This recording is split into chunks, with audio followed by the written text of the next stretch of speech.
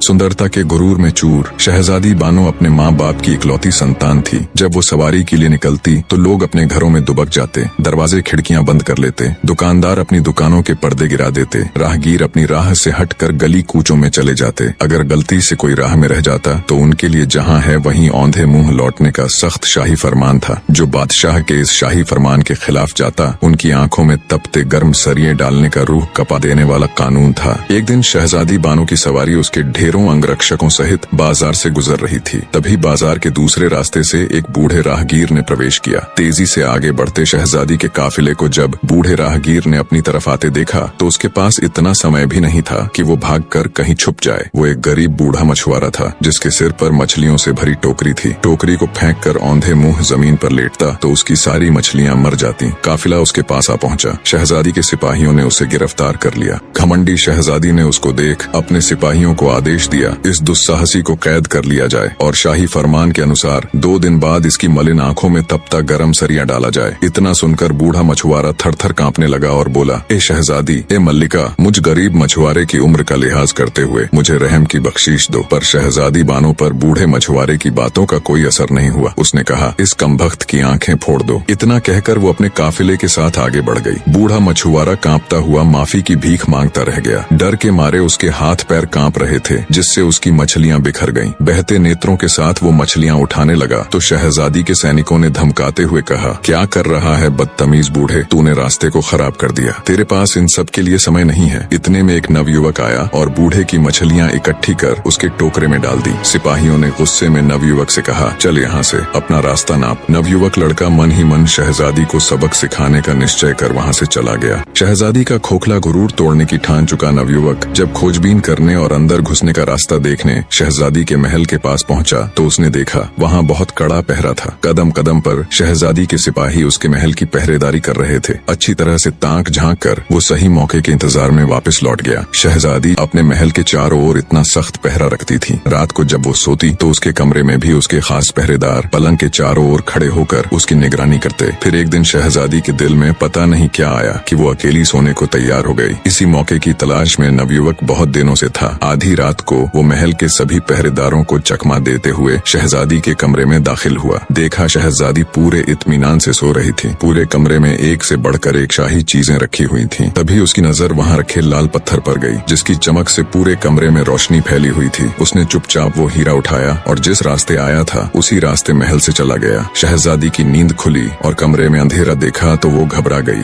घबराकर शहजादी बिस्तर से उठ खड़ी हुई और हाथों से टटोलते हुए घंटे से बंधी जंजीर तक पहुंची और जंजीर खींच दी। घंटे की जोर जोर की आवाज सुनकर शहजादी के नौकर चाकर उसकी बांदियां तुरंत उसके पास पहुंची। उधर बादशाह और मल्लिका भी घंटे की आवाज सुनकर उठ गए। मल्लिका ने बादशाह से कहा, हाय क्या हो गया मेरी बच्ची को, जल्दी से उसके पास चलो। बादशाह और मल्लिका जब शहजादी बानो के कमरे में पहुंचे तो उन्होंने देखा शहजादी के पास नौकर खड़े हुए कह रहे थे, मल्लिका, हमने किसी को यहाँ से बाहर निकलते नहीं देखा। बादशाह के पूछने पर शहजादी ने बताया कि अब्बा जान, कमरे में रखे हीरा लाल को कोई चुरा ले गया। बादशाह ने तुरंत सैनिकों को आदेश दिया कि जल्दी जाओ और देखो चोर अभी यही होगा। पर नवयुवक तो कब का वहाँ से जा चुका था। सुबह होते ही बादशाह ने पूरी सल्तनत में घोषणा करवा दी कि जो भी शहजादी के चोरी हुए हीरा लाल को वापस लेकर आएगा या आएगी उसे मुंह मांगा इनाम दिया जाएगा। नवयुवक को जब बादशाह की घोषणा का पता चला तो वो मन ही मन खुश हुआ। वो अब अपने अगले कदम के लिए तैयार था। शहजादी के गुरूर को तोड़ने की नवयुवक की योजना अब उसके हिसाब से जा रही थी। अपनी योजना अनुसार वो बादशाह के सम्मुख पेश हुआ और तख्त के सामने झुककर बड़ी अदब के साथ सलाम किया। बादशाह ने नवयुवक से पूछा, कौन हो तुम? नवयुवक ने अदब के साथ कहा, बादशाह सलामत, मैं शहजादी के चुराए हुए हीरा लाल को लेकर आया हूँ। अब आप अपने वायदे के मुताबिक मेरी मुंह मांगी शर्त को पूरा कीजिए। बादशाह हीरे को देख खुश होता हुआ बोला, कहो तुम्हें क्या चाहिए? नवयुवक ने बोला, बादशाह सलामत, मेरी गुजारिश है कि परसों शहजादी को देखने पर कैद किए गए वृद्ध मछुआरे की आंखें फोड़ने की सजा माफ की जाए और उन सिपाहियों की पीठ पर कोड़े लगवाए जाए जिन्होंने उसे गिरफ्तार किया और मुझे गालियां दी। बादशाह ने हैरान होते हुए पूछा, उस बूढ़े मछुआरे के साथ तुम्हारा क्या रिश्ता है? नवयुवक बोला, हुजूर ए आजम, मेरा उसके साथ इंसानियत के अलावा कोई रिश्ता नहीं। बस उसकी हालत देखकर मुझे उसके ऊपर रहम आ गया और वैसे भी उसके देखने भर से शहजादी का क्या बिगड़ गया। नवयुवक के मुख से ये बात सुनकर बादशाह गुस्से से तिलमिला उठा। उसने अपने वजीर को आदेश दिया, इस कमबख्त को कारावास में डाल दो और वायदे के मुताबिक उस बूढ़े मछुआरे को रिहा कर दिया जाए और उन सैनिकों को 50-50 कोड़े कोड़े मारे जाएं। नवयुवक ने बादशाह का हुक्म सुन बादशाह से कहा, बादशाह हुजूर, आप मुझे कारावास की सजा क्यों दे रहे हो? तब बादशाह बोला, एक तो तुमने शहजादी के लाल हीरे को चुराया और ऊपर से शहजादी का अपमान किया है। नवयुवक ने बड़े अदब के साथ कहा, बादशाह हुजूर, हीरा मैंने बूढ़े मछुआरे को सजा से बचाने के लिए चुराया था। आप ये ठीक नहीं कर रहे हैं। अगर आपने ऐसा किया तो मैं आपकी जेल से भाग जाऊंगा और आपका ताज चुरा लूंगा। बादशाह बोला, बेवकूफ लड़के, तू मेरे ताज के आसपास भी नहीं फटक सकता। बादशाह ने सिपाहियों को उसे जेल ले जाने का इशारा किया। इशारा मिलते ही तुरंत सिपाही नवयुवक को पकड़कर कैद खाने ले गए और जेल में बंद कर दिया। नवयुवक जेल में बैठा खुश हो रहा था। जैसा वो चाहता था अब तक बिल्कुल वैसा ही हो रहा था। वो अब अपने अगले कदम के लिए पूरी तरह तैयार था। बादशाह शहजादी के पास गया और हीरा लाल देते हुए उसे सारी दास्तान सुनाई। शहजादी ने कहा, अब्बा जान, उस दुस्साहसी की इतनी मजाल कि उसने मेरे कमरे से हीरा लाल चुराया और अब आपका ताज चुराने की फिराक में है। उस दुष्ट व्यक्ति को बीच चौराहे पर खड़ा करके उसके दोनों हाथों को कटवा दीजिए ताकि फिर कभी कोई ऐसी जरूरत करने की सोचे तक नहीं। बादशाह ने शहजादी से कहा, बेटी तुम चिंता मत करो, जैसा तुम कहती हो उसके साथ वैसा ही किया जाएगा। बादशाह ने पूरे राज्य में घोषणा करवा दी कि कल सुबह राज्य का हर व्यक्ति शहर के चौराहे पर आ जाए। बीच चौराहे पर शहजादी के महल में चोरी करने वाले दुष्ट नौजवान व्यक्ति को खड़ा कर उसके दोनों हाथ काटे जाएंगे। बादशाह का वजीर जब कैद खाने जाकर नवयुवक को ये खबर देता है तो नवयुवक जोर जोर से हंसने लग जाता है और कहता है, तुम सब पागल हो गए हो, सुबह तक यहाँ कौन रुकेगा? मैं तो आज रात ही बादशाह का ताज लेकर यहाँ से फुर्र हो जाऊंगा। वजीर ने कैद खाने के दरोगा को हुक्म देते हुए कहा कि आज रात कैद खाने के चारों ओर सख्त पहरा लगवा दीजिए। सुबह हुई तो बादशाह ने वजीर को हुक्म दिया, जाओ जल्दी लेकर आओ, उस कमबख्त को उसके हाथ कटते देखने के लिए मैं स्वयं भी बेताब हूँ। वजीर जी हुजूर कहकर तुरंत कारावास की ओर चल दिया। उसने कारावास के दरोगा को कहा, उस नवयुवक को लेकर आओ। दरोगा जब जेल के अंदर जाकर देखता है तो उसे वहाँ सिर्फ हथकड़ियाँ पड़ी हुई मिलती हैं। ये देखकर दरोगा के पैरों नीचे से जमीन खिसक जाती है। वो भागकर वजीर के पास जाता है और बताता है कि हुजूर साहब, वहाँ तो सिवाय हथकड़ियों के कुछ नहीं है, लड़का जेल से भाग चुका है। वजीर बोला, बादशाह सलामत, अब तुम्हें नहीं बख्शेंगे। दरोगा बोला, हुजूर साहब, पता नहीं उस लड़के ने कैसे किया, क्योंकि आज रात तो मैं खुद उसकी निगरानी कर रहा था और थोड़ी थोड़ी देर में जाकर उसको चेक कर रहा था। वजीर बोला, मुझे कुछ नहीं पता, तुम बादशाह सलामत के पास चलो। दरोगा को लेकर वजीर बादशाह के पास पहुंचा और सारा माजरा बताया तो बादशाह का मुंह पीला पड़ गया, जैसे एकदम उसके शरीर से उसके प्राण निकल गए हों। वो आनन फानन में अपने शयन कक्ष की ओर दौड़ा। देखा तो उसका मुकुट भी गायब था। बादशाह को काटो तो खून नहीं।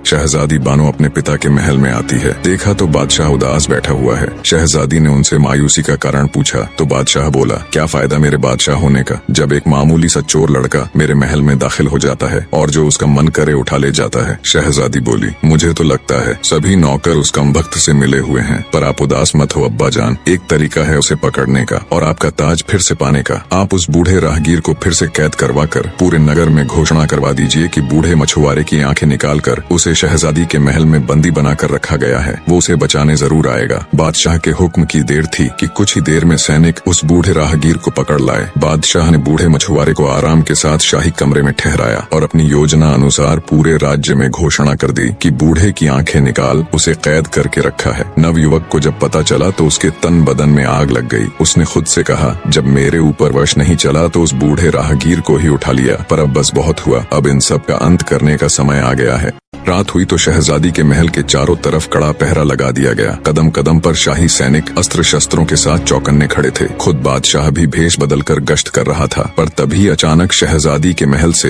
हृदय चीर देने वाली चीख सुनाई दी। बादशाह आनन फानन में भागा भागा शहजादी के कमरे में दाखिल हुआ। देखा तो शहजादी जमीन पर पड़ी हुई है और उसका पूरा शरीर नीला पड़ गया है। तुरंत शाही वैद्य को बुलाया गया। जब वैद्य ने राजकुमारी को चेक किया तो उसके होश उड़ गए। कांपती आवाज में बादशाह से कहा, माफ करे हुजूर, शहजादी अब इस दुनिया में नहीं है, किसी जहरीले सांप के काटने से वो मर चुकी है। बादशाह के ऊपर तो जैसे मुसीबतों का पहाड़ टूट पड़ा। वो दहाड़े मार मार कर रोने लगा, बेटी तुम मुझे छोड़ के नहीं जा सकती, तुम्हारे बिना मैं भी अपने प्राण त्याग दूंगा। पूरे महल में चीख पुकार मच गई। तभी वजीर की नजर वहाँ रखी एक कुर्सी पर गई जिसके ऊपर बादशाह का शाही ताज रखा हुआ था। वजीर बोला, माफ करना हुजूर, ये सही समय नहीं है, पर ये सब किया धरा उस चोर का ही है। वो ही यहाँ पर किसी जहरीले सांप को छोड़ गया और आपका ताज भी रख गया। शहजादी के मौत के गम में बादशाह पूरी रात रोता है। सुबह हुई तो रस्म अनुसार शहजादी बानो को दफनाया गया। शहजादी के गम में पूरे नगर की आंखें नम थीं। हर जगह एक अजीब सा सन्नाटा पसरा हुआ था। शहर की सभी दुकानें बंद थीं। हर कोई शहजादी के लिए दुआ कर रहा था। अगले दिन बादशाह जब शहजादी की समाधि पर फूल चढ़ाने गया तो देखा शहजादी की कब्र खुदी हुई थी। शहजादी का पार्थिव शरीर कब्र से गायब था। ये देख बादशाह को बड़ा भयानक सदमा लगा। अपने होशो हवास खो वो जमीन पर गिर पड़ा। वजीरों ने जब उस पर ठंडे पानी से छिड़का किया तो उसे होश आया, पर बादशाह अब भी अपने हवास में न था। वो सबकी तरफ ऐसे देख रहा था जैसे वो किसी को जानता ही न हो। 4 दिन के इलाज के बाद उसका होश ठिकाने आया। बादशाह को इतना गम शहजादी की मौत का भी न था जितना उसकी मैयत गायब होने का था। उसने दूसरे राज्यों से स्पेशल जासूसों की पूरी टुकड़ी बुला ली और शहजादी की मैयत का पता लगाने को कहा। शहर के चप्पे चप्पे में अब जासूस फैल चुके थे, पर उन्हें क्या पता था शहजादी का चोर तो कब का मुल्क से बाहर जा चुका था।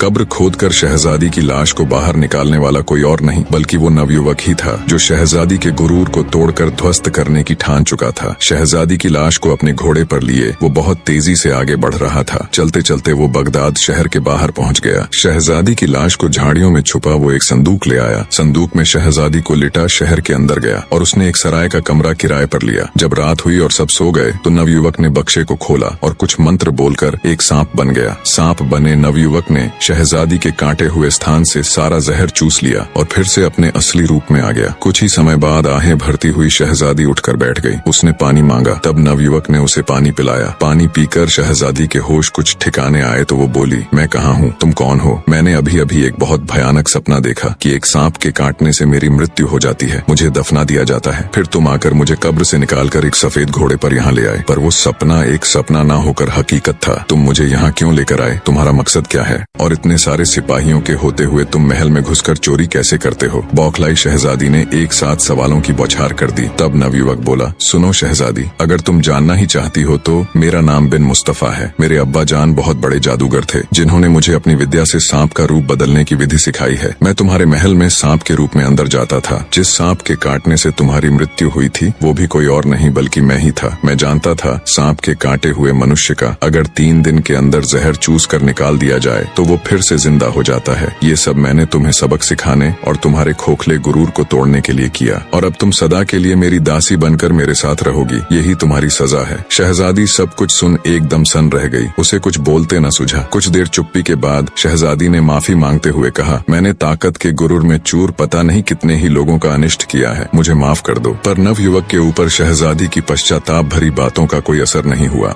शहजादी को अपने घर लाकर एक बंदी या फिर ये कहे एक दासी की तरह नवयुवक रखने लगा। कुछ दिन तक तो शहजादी ने नवयुवक से मिन्नतें की कि वो उसे उसके पिता के पास छोड़ आए, पर नवयुवक को उसके ऊपर विश्वास न था। उसे लगता था शहजादी ये सब मजबूरी में और उसकी कैद से छुटने के लिए बोल रही है। समय बीतता गया। शहजादी अब अपना पूरा अहंकार त्याग कर एक पत्नी की तरह घर का सारा काम करती और नवयुवक की हर छोटी से छोटी बात का ख्याल रखती। धीरे धीरे नवयुवक के दिल में भी शहजादी के प्रति कठोरता की जगह नरमी ने ले ली। वो उसे चाहने लगा। फिर सोचा, मैं कहाँ एक छोटे से जादूगर का लड़का और वो मुल्क की शहजादी। फिर एक दिन ऐसा आया जब नवयुवक ने शहजादी को परखने के लिए घर पर अकेला छोड़ दिया और भागने का पूरा मौका दिया, और सोचा रात को जब लौटूंगा तब शहजादी मुझे मिल गई तो उसके सामने अपने दिल की बात कह दूंगा। रात तक का समय नवयुवक ने बड़ी मुश्किल से काटा। रात हुई तो वो धड़कते दिल के साथ घर की ओर चल दिया। उसके मन में ढेरों विचार एक साथ चल रहे थे। नवयुवक जब रात में घर आया तो उसने देखा शहजादी कहीं नहीं गई बल्कि रोजमर्रा की तरह अपने कामों में तल्लीन थी। आज पूरा दिन सोचने समझने और विचार करने के बाद उसने फैसला लिया कि शहजादी के साथ उसका कोई भविष्य नहीं है। उन दोनों के बीच प्रतिष्ठा और रुतबे की बहुत बड़ी दीवार है, तो वो उसे सही सलामत बादशाह के पास ही छोड़ आएगा। सुबह हुई तो शहजादी को लेकर वो बादशाह के पास गया। जब बादशाह ने अपनी बेटी को सही सलामत देखा तो उसकी आंखों से खुशी की अश्रुधारा बह निकली। उसने शहजादी को गले लगा लिया और ढेरों सवाल एक साथ दाग दिए। तब नवयुवक ने बादशाह से माफी मांगते हुए सारा किस्सा कह सुनाया। सब सुनकर बादशाह ने अपने वजीर को हुक्म दिया कि इसे अभी फांसी के तख्ते पर चढ़ा दो। पर शहजादी ने अपने पिता से कहा, नहीं अब्बाजान, इसने मेरा अहंकार नष्ट करने के लिए ये सब किया। अब मैं इसे अपने हृदय से अपना पति मान चुकी हूँ। अगर इसे कुछ हुआ तो मैं भी अपने प्राण त्याग दूंगी। बेटी के मोह में मजबूर बादशाह ने दोनों का निगाह करवा दिया। अब पहले जैसा कोई कानून नहीं रहा। प्रजा भी अब खुशी से रहने लगी। इधर शहजादी और नवयुवक भी एक दूसरे के साथ खुश थे।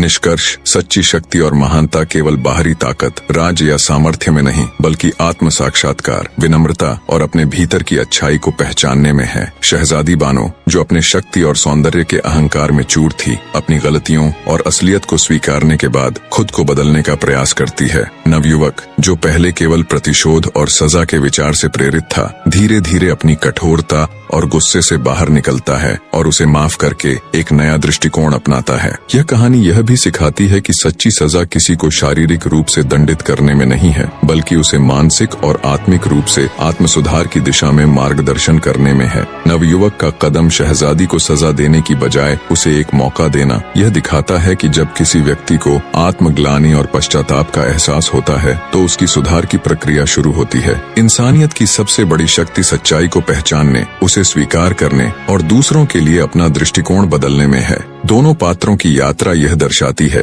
कि जब हम अपने अंदर की अच्छाई को पहचानते हैं और उसे अपने जीवन में उतारते हैं, तभी हम सचमुच महान बन सकते हैं।